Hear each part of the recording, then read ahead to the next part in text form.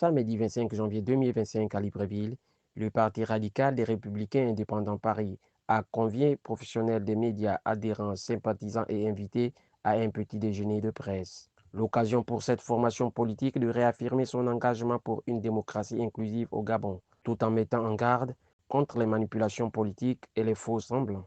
Certains sont venus demander pardon sans nous convaincre et sans indiquer clairement pourquoi il faut les pardonner. C'est pourquoi au Paris, nous nous interrogeons au sujet de leur sincérité, considérant que les mauvaises habitudes qui les ont maintenus au pouvoir ont la peau dure.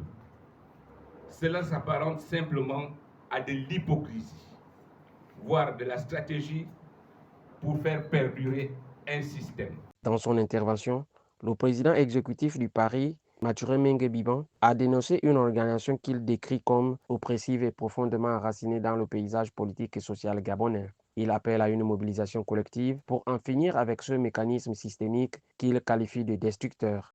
Ce à quoi je fais allusion, c'est le système auquel nous sommes tous liés, consciemment ou inconsciemment, activement ou passivement. Il faut l'éradiquer.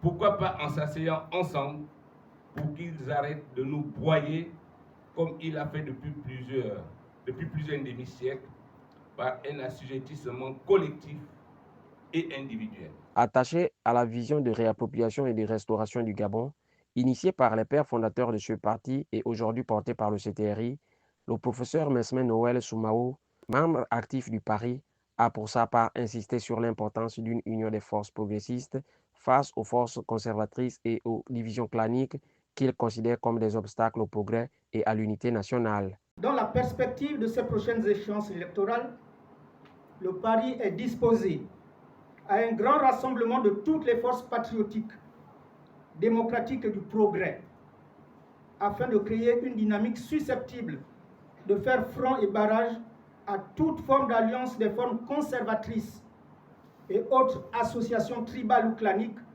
drapées sous les oripeaux de la valorisation de nos us et cultures traditionnelles. Le sociologue n'a pas manqué de formuler des recommandations à l'endroit du chef de l'État. Le Paris invite le président de la transition à ne pas ignorer les voix discordantes et à toujours œuvrer à la recherche du consensus par une écoute permanente de toutes les oppositions. En appelant à une vigilance accrue face aux manipulations et aux symboles vides de sens, le Paris réaffirme son ambition d'apporter sa pierre à l'édifice pour une entrée réussie dans la Ve République.